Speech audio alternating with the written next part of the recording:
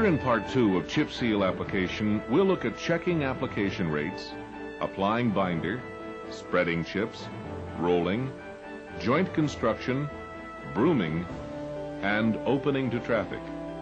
So let's start with checking application rates. Both the oil and chip application rates should be verified. As a general guideline, you'll need between 1.5 and 2 liters of oil per square meter of surface, and between 9 and 14 kilograms of chips per square meter. To check the chip application rate, place a tarp on the surface ahead of the chip spreader, let the spreader go over it, and then weigh the chips. On the tarp, the crew then places a frame to collect the chips. The frame has an inside dimension of 1 square meter.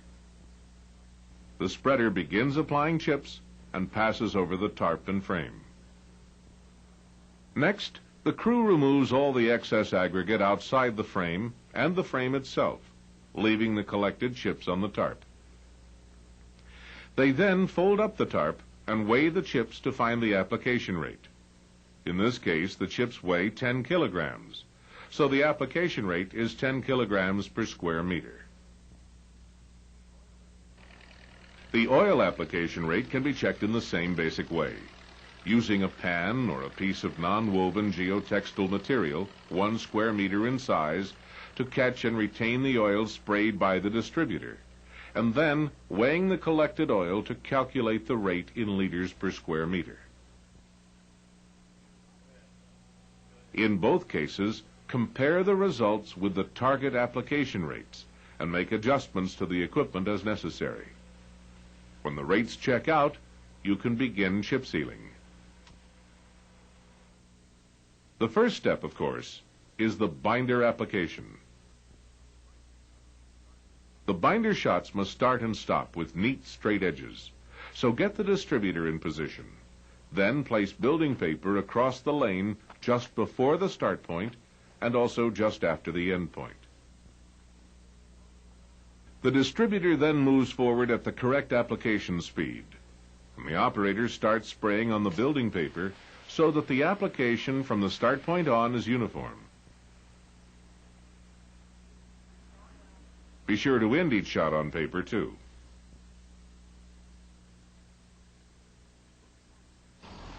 Look closely over the binder application. It must be uniform to end up with a good chip seal. If you see anything wrong, stop the distributor immediately and correct the problem, whether it's clogged nozzles, improper pump pressure, faulty nozzle adjustment, or incorrect spray bar height. Next comes the chip application. The chip spreader should also begin and end its applications on building paper to provide a neat, clean edge to the chip seal.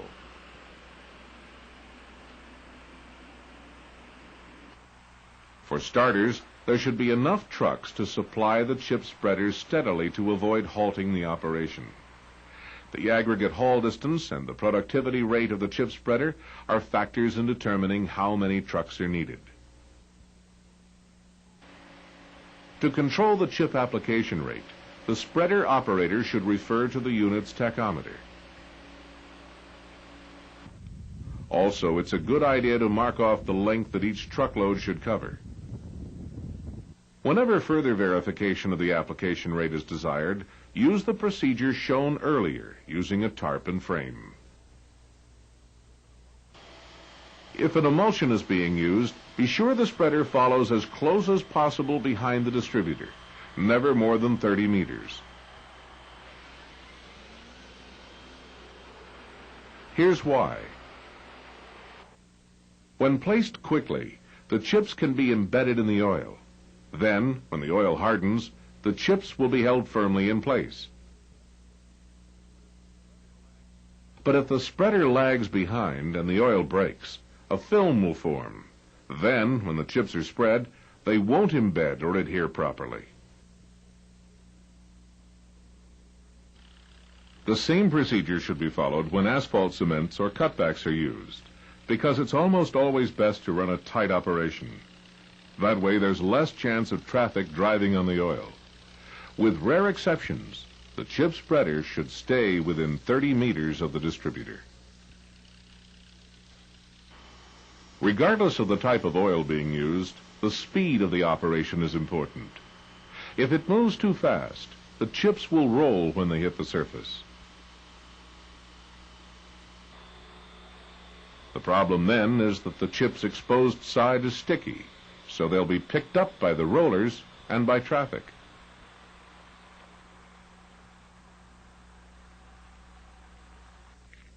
So look over the application. There shouldn't be any oil on the top of the chips. Then it's time to look at the rolling.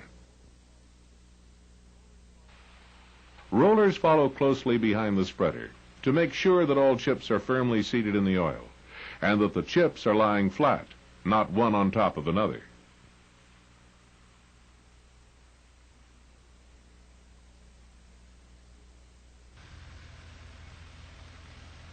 To do that, the roller operator should establish rolling patterns by offsetting the tires and by rolling the entire surface at least twice.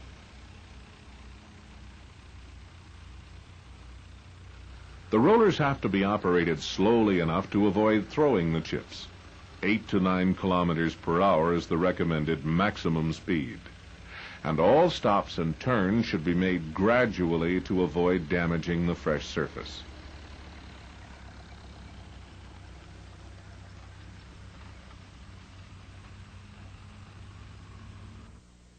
Proper truck operation can help considerably in rolling the new chip seal.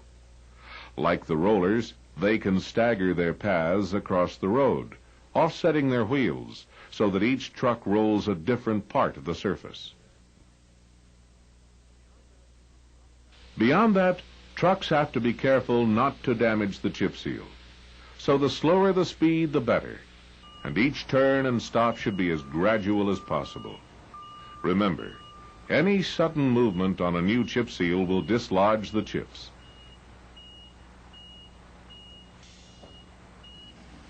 In addition, all operators should avoid driving over any exposed oil. And that brings us to joint construction. There are two types: longitudinal, which run along the length of the road, and transverse, which run across the road. First, longitudinal joints. When the adjoining lane will be chip sealed, there should be a narrow strip of oil that the spreader doesn't cover. Some refer to this narrow strip as the meat line. Whatever it's called, it should be left uncovered because there's not enough oil there to hold the chips in place. This is because there's no overlap at the end of the distributor spray bar.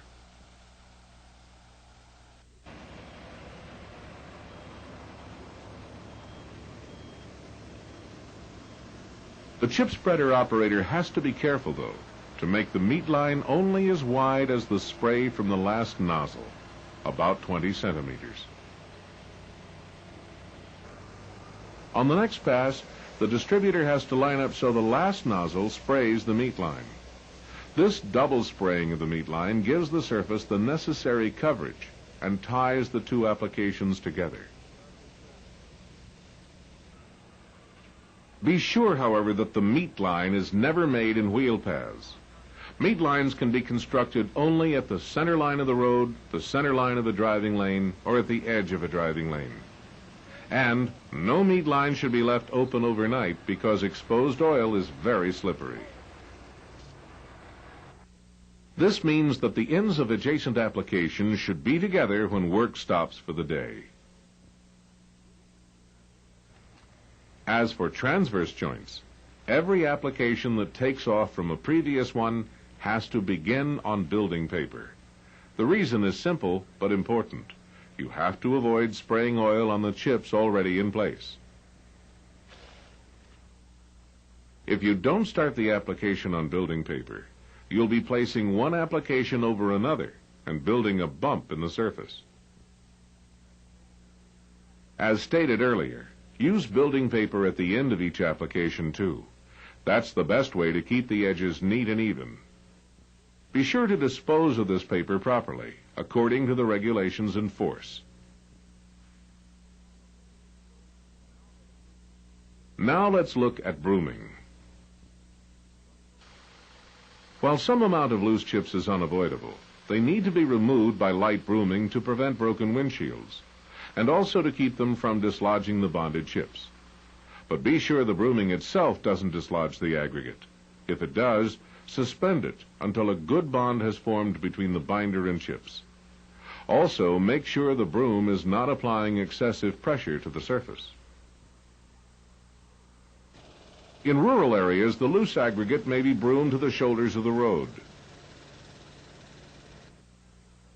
In urban areas, however, they should be broomed to the curb or center line and then removed manually or by vacuum device.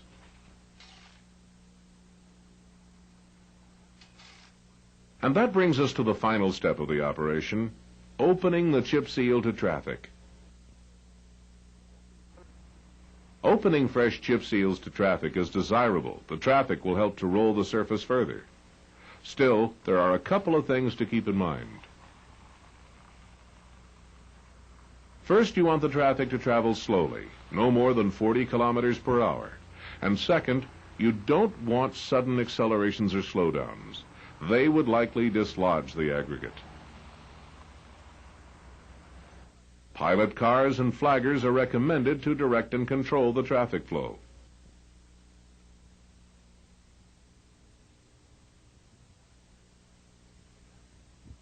In the absence of a pilot car, reduced speed limit signs should be posted. And that brings us to the end of this second part of the video program.